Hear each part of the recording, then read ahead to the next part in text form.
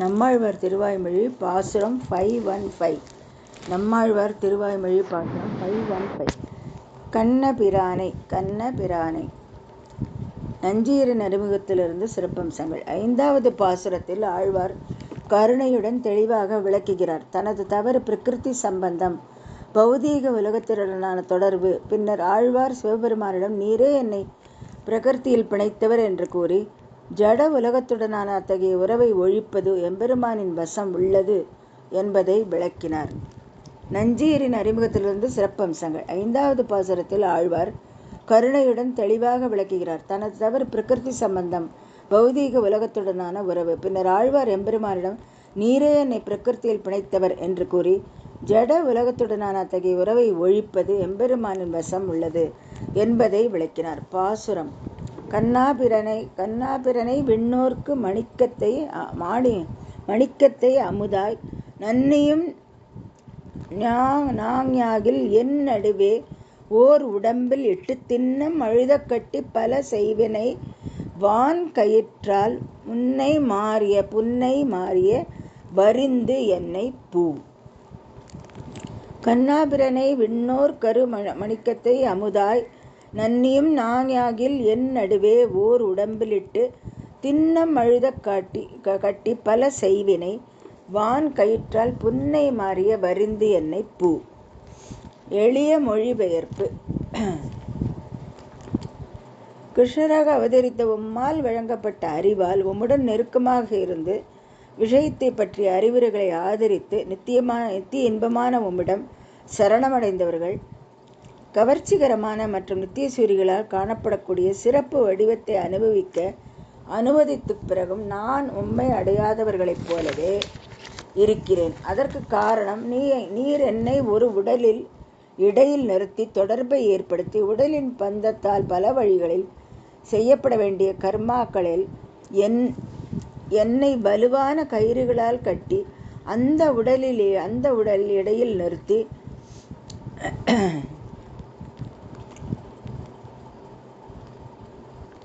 தொடர ஏற்படுத்தி உடலின் பந்தத்தால் பல வழிகளிலும் செய்யப்பட வேண்டிய கர்மாக்களின் என்னை வலுவான கயிறுகளால் கட்டி அந்த உடலில் உறுதியாக இருக்க வெளிப்புற குறைகளை மறைத்து என்னை என்றென்றும் சூழ்ந்து உங்களுக்கு புறம்பானதும் மேலோட்டமான இன்பங்களால் நிறைந்ததுமான சம்சாரத்தை என்னை சேர்க்கிறேன். ஆழ்வார் நீங்கள் விரும்பினால் இந்த பந்தத்திலிருந்து என்னை விடுவிக்க முடியும் என்று குறிப்பிடுகிறார். எளிய மொழிபெயர்ப்பு. கிருஷ்ணராக அவதரித்த முன்னால் வழங்கப்பட்ட அறிவால் உம்முடன் நெருக்கமாக இருந்து உபாயத்தை பற்றிய அறிவுரைகளை ஆதரித்து நித்திய இன்பமான உம்மிடம் சரணடைந்தவர்கள் கவர்ச்சிகரமான மற்றும் நித்திய சூரிகளால் காணப்படக்கூடிய சிறப்பு வடிவத்தை அனுபவிக்க அனுமதித்த பிறகும் நான் உம்மை அடையாதவர்களைப் போலவே இருக்கிறேன்.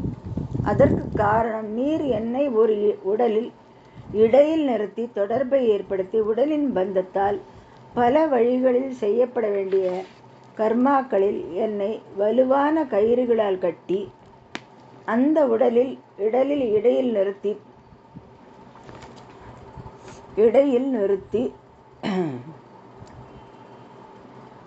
தொடர்பை ஏற்படுத்தி உடலின் பந்தத்தால் பல வழிகளில் செய்யப்பட வேண்டிய கர்மாக்களில் என்னை வலுவான கயிறுகளால் கட்டி உடலின் பந்தத்தால் பல வழிகளில் செய்யப்பட வேண்டிய கர்மாக்களில் என்னை வலுவான கயிறுகளால் கட்டி அந்த உடலில் உறுதியாக இருக்க வெளிப்புற குறைகளை மறைத்து என்னை என்றென்றும் சூழ்ந்து உங்களுக்கு புறம்பானதும்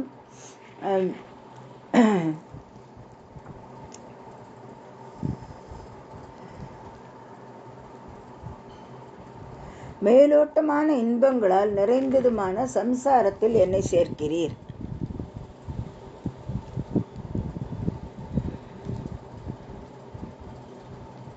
உடலில் இடையை நிறுத்தி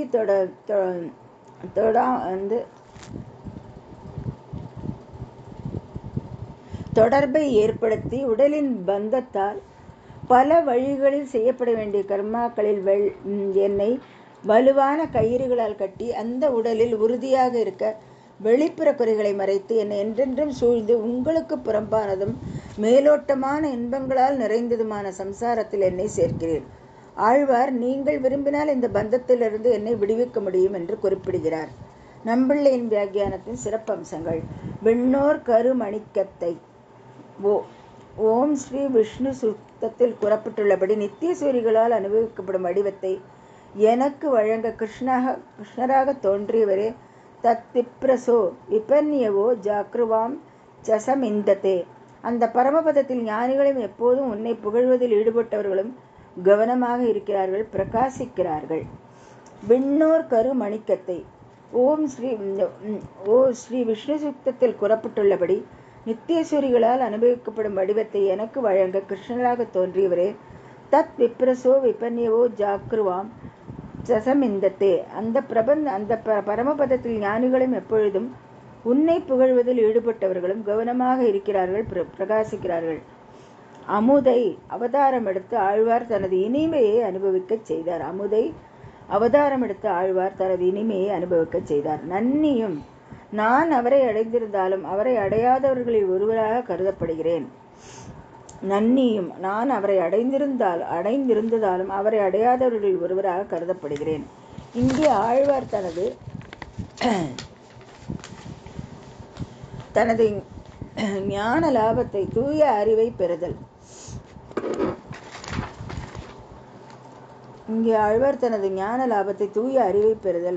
எம்பெருமானை அடைவதாக குறிப்பிடுகிறார். மேலும் அவர் இந்த ஜட உடலில் இருப்பதை அவரை அடையாததாக குறிப்பிடுகிறார். இங்கே ஆழ்வார் தனது ஞான லாபத்தை தூய அறிவை பெறுதல், ஞான லாபம் மீன்ஸ் தூய அறிவை பெறுதல், எம்பெருமானை அடைவதாக குறிப்பிடுகிறார். மேலும் அவர் இந்த ஜட உடலில் இருப்பதை அவரை அடையாததாக குறிப்பிடுகிறார்.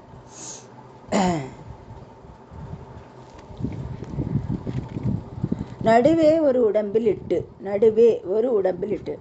ஆழ்வார் இந்த உடலின் இயற்கைக்கு மாறான அம்சத்தை கவனிக்கும் போது அதை இடையில் தான் பெற்றதாக கூறுகிறார். இருப்பினும் ஆத்மாவுக்கும் அச்சித்துக்கும் உள்ள உறவு அனாதி, பண்டைய காலத்திலிருந்து தொடக்கமில்லாமல் முதல் உள்ளது. அதன் ஓட்டில் உள்ள முத்து மற்றும் தங்கம் எப்போது அழுக்கான என்பதை யாருக்கும் தெரியாது. இருப்பினும் ஒரு கட்டத்தில் அகற்றப்படுவதை காணும்போது அழுக்கு இயற்கைக்கு மாறானது என்பதை நாம் புரிந்து கொள்கிறோம்.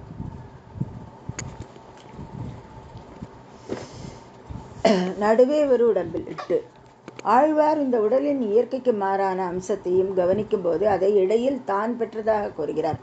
இருப்பினும் ஆத்மாவுக்கும் அசித்துக்கும் உள்ள உறவு அனாதி, பண்டைய காலத்திலிருந்து தொடக்கம் இல்லாமல் முதல் உள்ளது. அதன் ஓட்டில் உள்ள முத்து மற்றும் தங்கம் எப்போது அழுக்கானது என்பது யாருக்கும் தெரியாது. இருப்பினும் ஒரு கட்டத்தில் அழுக்கு அகற்றப்படுவதை காணும்போது அழுக்கு இயற்கைக்கு மாறானது என்பதை நாம் புரிந்து கொள்கிறோம். அதேபோல் பகவானிடம் சரணடைவதன் மூலம் ஜட உலகத்துடனான தொடர்பு அழிக்கப்படுவதை காணும்போது ஜட இயற்கையுடனான தொடர்பு இயற்கைக்கு மாறானது என்று தோன்றுகிறது. ஆத்மாவும் அச்சித்தும் இதுவரை ஒன்றாக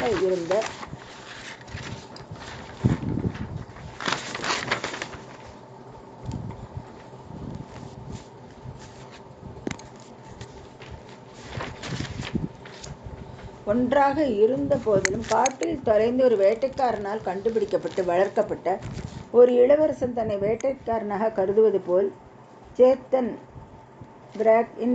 ஆத்மா உணர்வுள்ள ஜீவன் உடலை சுயமாக கருதி தன்னை தேவோகம், நான் தேவன் என்று நினைப்பான். அதேபோல் பகவானிடம் சரணடைவதன் மூலம் ஜட உலகத்துடனான தொடர்பு அழிக்கப்படுவதை காணும்போது ஜட இயற்கையுடனான தொடர்பு இயற்கைக்கு மாறானது என்று தோன்றுகிறது. ஆத்மாவும் அச்சித்தும் இதுவரை ஒன்றாக இருந்த போதிலும் காற்றில் தொலைந்து ஒரு வேட்டைக்காரனால் கண்டுபிடிக்கப்பட்டு வளர்க்கப்பட்ட ஒரு இளவரசன் தன்னை ஒரு வேட்டைக்காரனாக கருதுவது போல் சேத்தன் ஆத்மா உணர்வுள்ள ஜீவன், சேத்தன் மீன்ஸ் ஆத்மா உணர்வுள்ள ஜீவன் உடலை சுயமாக கருதி தன்னை தேவாகம், நான் தேவன் என்று நினைப்பான். திருநாம் அழுந்த கட்டி திருநாம் அழுந்த கட்டி. அவித்யா அவித்யா அறியாமை முதலியவற்றால் அதை உறுதியாக கட்டி வைத்தல். அவித்யா அறியாமை முதலியவற்றால் அதை உறுதியாக கட்டி வைத்தல். பலசே வினை பலமான கயிறுகள், அதாவது பல வழிகளில் செய்யப்படும் கர்மாக்களால் பிணைக்கப்படுதல். பலசே வினை பலமான கயிறுகளால், அதாவது பல வழிகளில் செய்யப்படும் கர்மாக்களை பிணைக்கப்படுதல். பலமான கயிறுகளால், அதாவது பல வழிகளில் செய்யப்படும் கர்மாக்களை பிணைக்கப்படுதல். புன்னை மறைய வரிந்து வைக்கோலால் மூடப்பட்ட அலங்காரத்துடன் மேலே ஒரு பலகையால் மூடப்பட்ட ஒரு பள்ளம் போல, அதே போல் உடல் நல்ல தோல் அடுக்குடன் மூடப்பட்டிருக்கும். அத்தகைய அலங்காரம் இல்லாமல் உள்ளே இருப்பது வெளிப்பட்டால் அதை சாப்பிட வரும் காகங்களை விரட்ட ஒருவருக்கும் நேரம் இருக்காது.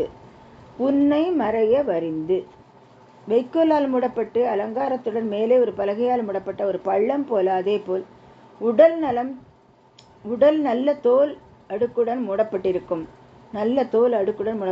அத்தகைய அலங்காரம் இல்லாமல் உள்ளே இருப்பது வெளிப்பட்டால் அதை சாப்பிட வரும் காக்கைகளை விரட்ட ஒருவருக்கும் நேரம் இருக்காது. என்னை காப்பாற்றிக் கொள்ள இயலாதவனும் தகுதியற்றவனும் நான்.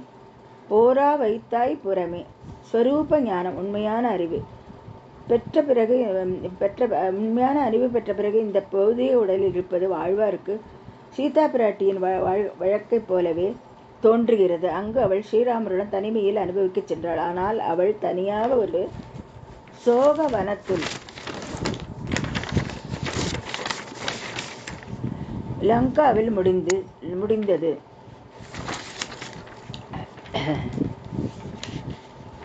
போரா வைத்தாய் புறமே ஸ்வரூப ஞானம் உண்மையான அறிவு பெற்ற பிறகு இந்த பௌதீக உடலில் இருப்பது ஆழ்வாருக்கு சீதா பிராட்டின் வழக்கை போலவே தோன்றுகிறது. அங்கு அவள் ஸ்ரீராமருடன் தனிமையில் அனுபவிக்கச் சென்றாள்.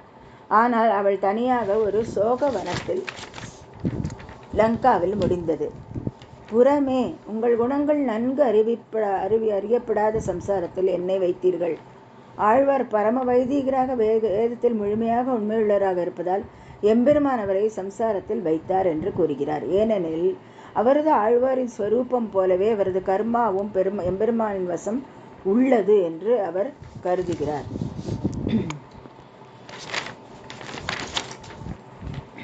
ஆனால் அவள் தனியாக ஒரு சோகவனத்தில் லங்காவில் முடிந்தது. புறமே உங்கள் குணங்கள் நன்கு அறியப்படாத சம்சாரத்தில் என்னை வைத்தீர்கள்.